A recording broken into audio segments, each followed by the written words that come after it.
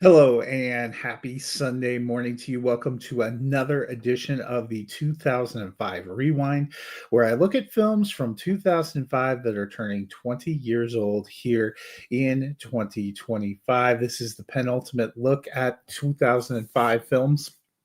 And for this one, I have picked one from Woody Allen, and that is Match Point. Woody Allen has a certain style. He's probably known for appearing in the movies he directed, for some style of comedy and romance that are in a lot of his movies, for a certain style of dialogue and performances. This movie has none of that. He's not in it.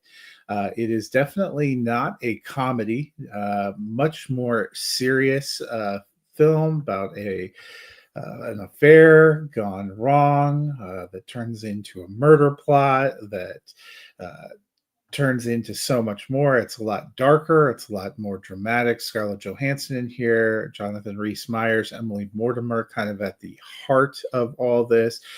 Brian Cox appears in this movie, is quite fun in this movie. Matthew Good is in this movie, quite interesting. And you get kind of an open-ended ending that uh, probably won't be satisfying for some. This movie has some steamy sections, certainly has some well shot sections. I was drawn to the kind of dramatic tension when this one was released. I don't think this feels like your typical Woody Allen film, but it's always been probably my favorite of his canon. I am not huge into a lot of the comedic style that he normally has, and this one, as I mentioned, is quite removed from that.